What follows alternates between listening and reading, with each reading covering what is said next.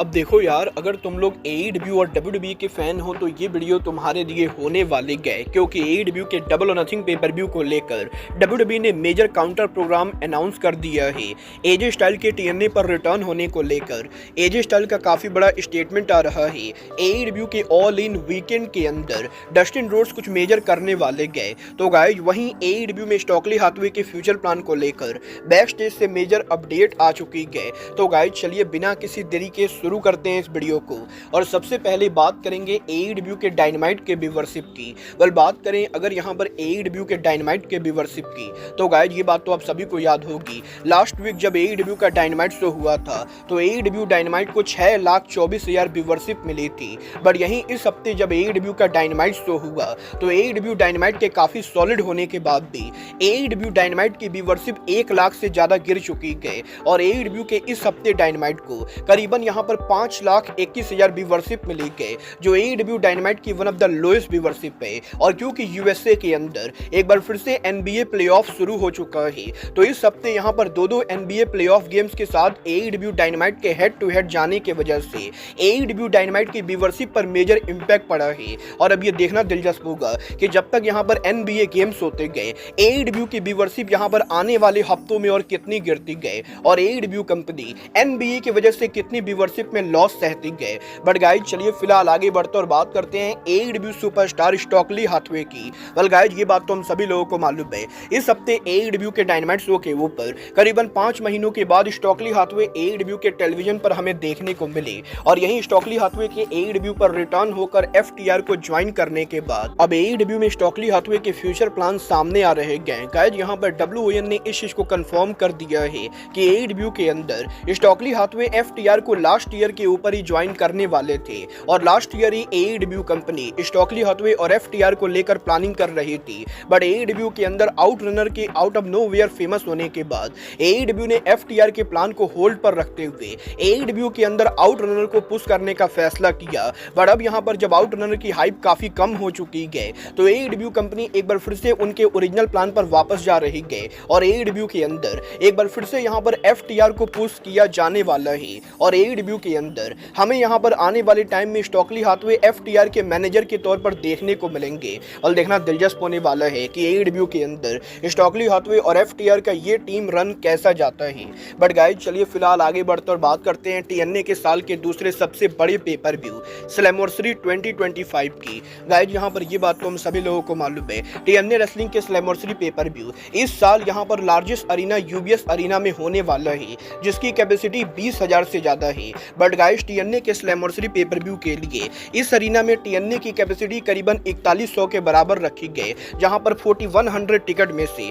अभी तक TNA wrestling मात्र 2600 टिकट सोल्ड आउट कर पाई है। और अब भी यहां पर TNA के स्लैमवर्सरी पेपर व्यू के लिए TNA रेसलिंग को करीबन 1400 टिकट सोल्ड आउट करना बाकी है। और गाइस, जिस तरीके से टिकट सेल जा रही है वो देखकर तो नहीं लगता ही कि TNA रेसलिंग UBS अरीना में कुछ ज्यादा क्राउड ला पाएगी, क्योंकि पिछले एक हफ्ते के अंदर TNA रेसलिंग ने मुश्किल से 50 टिकट बेचे गए। और जिस तरीके से स्लैमवर्सरी की टिकट बिक रही है वो देखकर TNA रेसलिंग का स्लैमवर्सरी पेपर व्यू मुझे यहाँ पर कुछ खास ज्यादा हिट होते हुए दिखाई नहीं दे रहा है। देखना दिलचस्प होने वाला है कि 20 जुलाई को स्लैमवर्सरी पेपर व्यू के पहले TNA रेसलिंग क्या यहाँ पर 4000 टिकट सोल्ड आउट कर पाती है या नहीं। बट गाइज, चलिए फिलहाल आगे बढ़ते और बात करते हैं एजे स्टाइल के TNA पर पॉसिबल रिटर्न की। गाइज, इस हफ्ते एजे स्टाइल के लेटेस्ट इंटरव्यू के ऊपर एजे स्टाइल ने WWE और TNA के पार्टनरशिप को लेकर बात की। और एजे स्टाइल ने रेसलमेनिया के ऊपर जोई हेनरी के डेब्यू मैच के लिए जोई हेनरी को कांग्रेचुलेशन दी। बट यहीं एजे स्टाइल के इंटरव्यू के ऊपर जब एजे स्टाइल से ये पूछा गया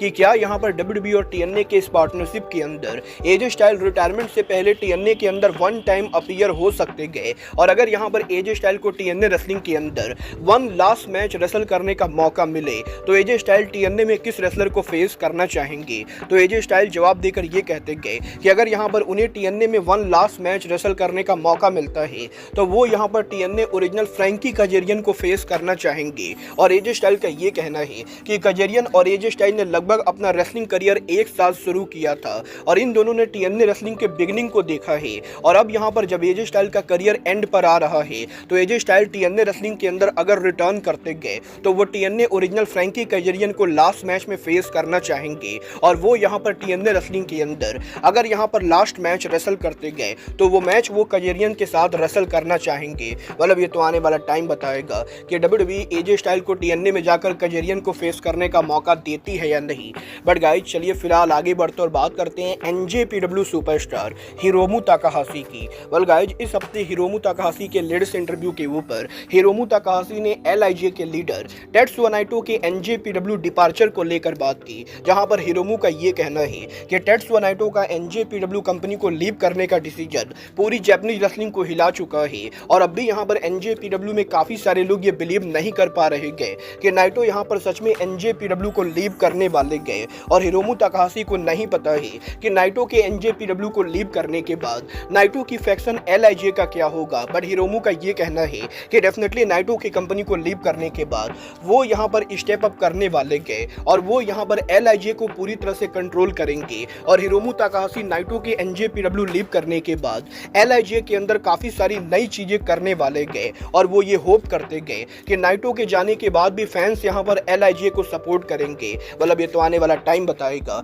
कि टेत्सुया की एनजेपीडब्ल्यू को लीव करने के बाद हिरोमू ताकाहाशी एलआईजे को कैसे कंट्रोल करते गए। बट गाइस चलिए फिलहाल आगे बढ़ते और बात करते हैं एईडब्ल्यू के biggest pay per view all in 2025 की। गाइस यहाँ पर ये बात तो मैं आपको ऑलरेडी बता चुका हूँ, इस साल एईडब्ल्यू का ऑल इन पेपर व्यू क्योंकि यूएसए में होने वाला है तो इसीलिए एईडब्ल्यू के all in pay per view weekend के अंदर एईडब्ल्यू कंपनी काफी सारे मेजर सोच करेगी, जिसके अंदर एईडब्ल्यू का डायनामाइट कोलिजन के साथ साथ आरवेश का death before dishonour pay per view शामिल है और इसके साथ साथ ऑल इन वीकेंड के अंदर स्टार कास्ट 6 सालों के बाद रिटर्न करने वाला है। और यहीं ऑल इन वीकेंड में काफी सारे मेजर सोच के अनाउंस होने के बाद अब आज यहां पर एईडब्ल्यू सुपरस्टार डस्टिन रोड्स ने सोशल मीडिया के ऊपर ऑल इन वीकेंड को लेकर एक मेजर टीज कर दिया है, जहां पर डस्टिन रोड्स का यह कहना है कि वो बहुत ही जल्द एईडब्ल्यू के ऑल इन वीकेंड को लेकर एक मेजर अनाउंसमेंट करेंगे और एईडब्ल्यू के ऑल इन वीकेंड के अंदर फैंस को यहां पर एक स्पेशल नाइट देखने को मिलने वाला है। और डस्टिन रोड्स एग्जैक्टली यहां पर ऑल इन वीकेंड में क्या करने वाले गए